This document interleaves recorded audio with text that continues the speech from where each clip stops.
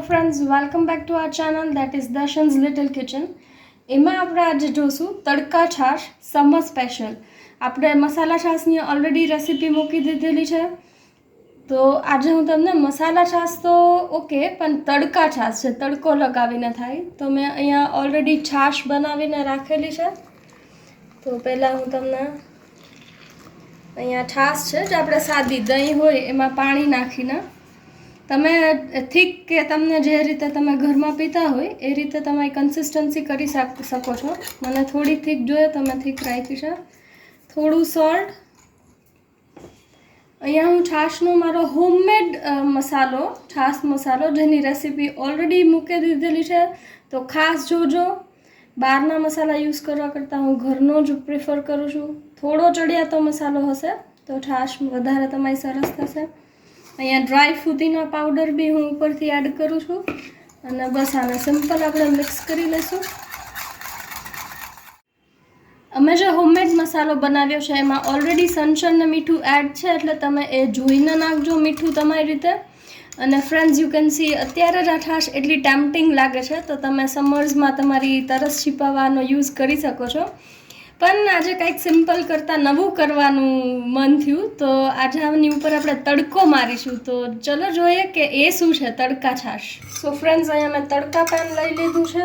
એમાં હું એકદમ ગાયનું દેશી ઘી મસ્ત એડ કરું છું. ટીસ્પૂન 2 ટીસ્પૂન મેં એડ કર્યું છે. તમે ઓછું વધારે તમારી રીતે કરી શકો છો. હવે ગરમ થાય એટલે આપણે એમાં તડકો લગાવીશું.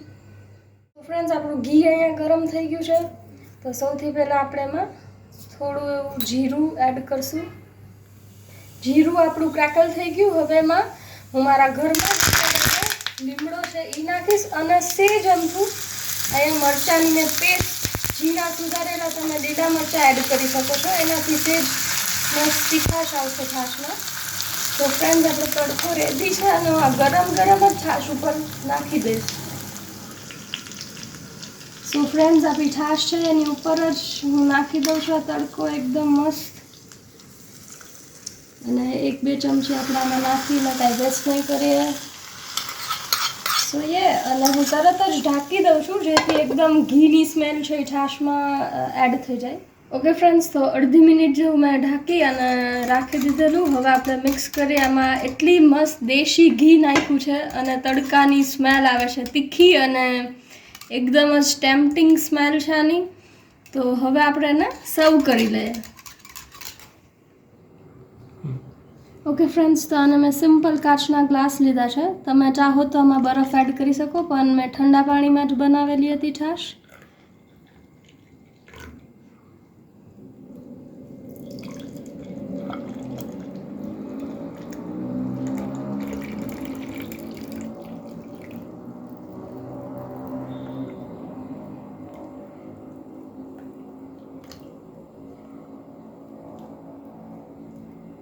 યસ ફ્રેન્ડ્સ, તો આપણી તડકા છાશ એકદમ મસ્ત દેશી ઘીમાં બનેલી રેડી છે.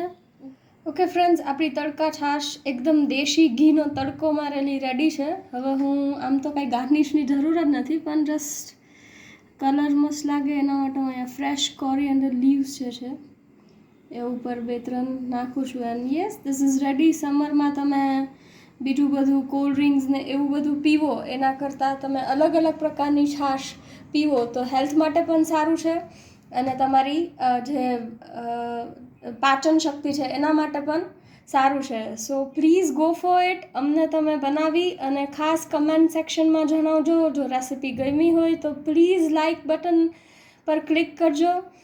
And thanks for watching.